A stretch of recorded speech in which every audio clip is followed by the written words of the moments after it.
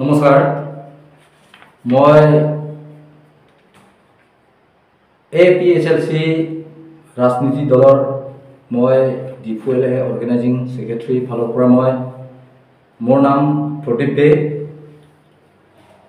মই সুমু কাৰ্বি আংলং যি জনসাধাৰণক মই সংবাদ মাধ্যম যোগেদি মানে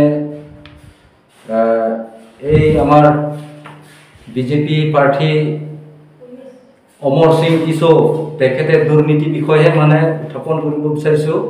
এই যে লাংটিবুক ফৰলেনৰ বিষয়টো লাংটিবুক তেখেতে নাম উঠিছে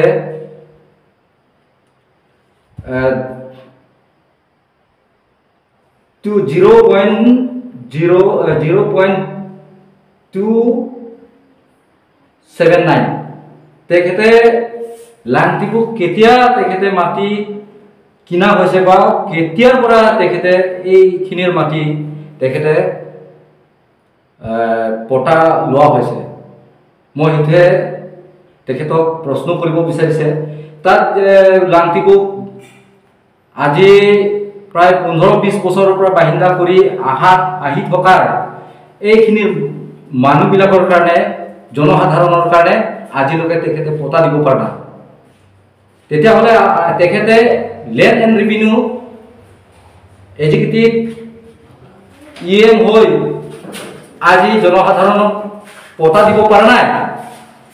তেখেতে নিজে লাংটিবুক কেনেকুৱা পটাখন পালে সেইখিনিতে মই প্ৰশ্ন কৰিব বিচাৰিছোঁ। সেইকাৰণে আমাৰ কাৰ্বি আংলঙৰ জনসাধাৰণ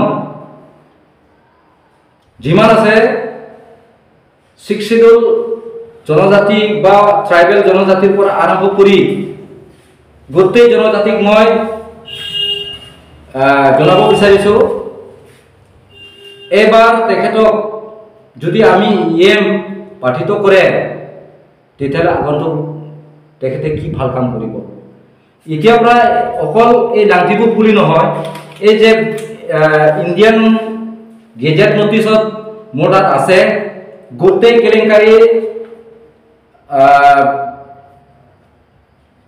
সেকশন 5 পৰা আৰম্ভ কৰি আপ টু সেকশন 7 লৈকে তেখেতে 11টা জায়গা তেখেতে নাম উঠিছে এই গেজেট নটিছত। তেতিয়াহ'লে মই ইয়াৰ পৰা মই সংবাদ মাধ্যম যোগেদি মই অমৰ কিশো ডাঙৰীয়াক মই প্ৰশ্ন কৰিব বিচাৰিছে আপুনি কেতিয়াৰ পৰা 11টা জায়গাত মাটি কিনা হৈছে সেইটো মই জানিব বিচাৰিছো।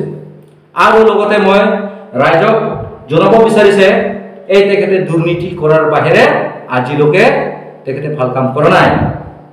আছে অকল অমৰ কিশো বুলি নহয় আছে দৰসিং ৰংহাং হাৰহাট LA তেখেতে MLA হয় গোটেই সেকশন 4 তেখেতৰ পৰিয়ালৰ নামত গোটেইটো ৰংহাঙৰ নামত। আজি মই তেখেতকো মই প্ৰশ্ন কৰিব বিচাৰিছে আমাৰ চেণ্টাৰ বজাৰ কমিটিৰ টকা প্ৰায় 1.5 বিঘাৰ ওপৰত মাটি তেখেতৰ নাম উঠিছে। এইখিনিৰ মাটি ৰাইজৰ হয় নে ইণ্ডিভিজুৱেল দৰসিং ৰংহাঙৰ হয় সেইটো মই তেখেতক মই প্ৰশ্ন কৰিব বিচাৰিছো।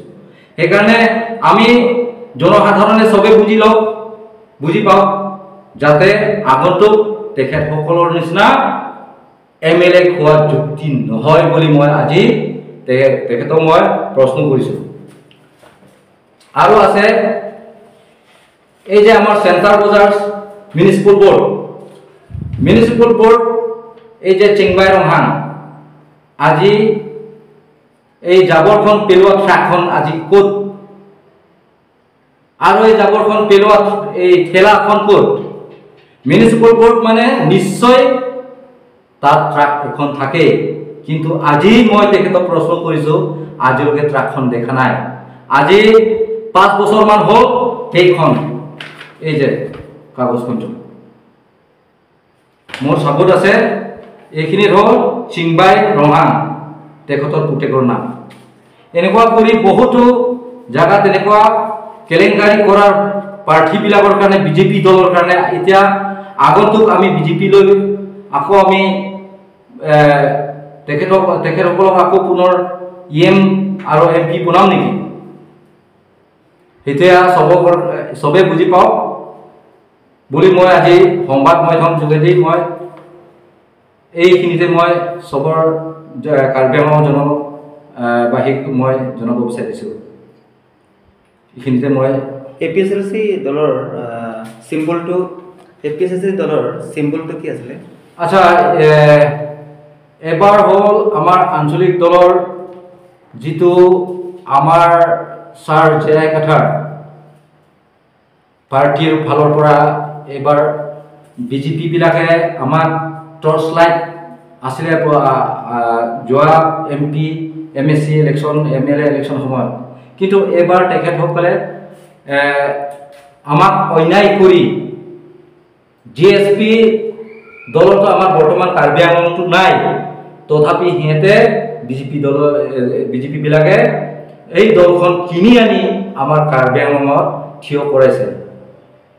সেই বুলি আমাক টৰ্চখন কাঢ়ি এতিয়া বৰ্তমান আমাৰ হ'ল ছাৰ জেৰাই কাঠাৰৰ চিম্বলখন হ'ল KC। সেইকাৰণে চবে এই KC ছবিত ভোট দিব বুলি মই আশা ৰাখিছোঁ আৰু ভোট দি জয়যুক্ত কৰিবলৈ কাৰণে মই গোটেই কাৰ্বি আংলঙৰ জনসাধাৰণক মই অনুৰোধ কৰিছোঁ। নমস্কাৰ।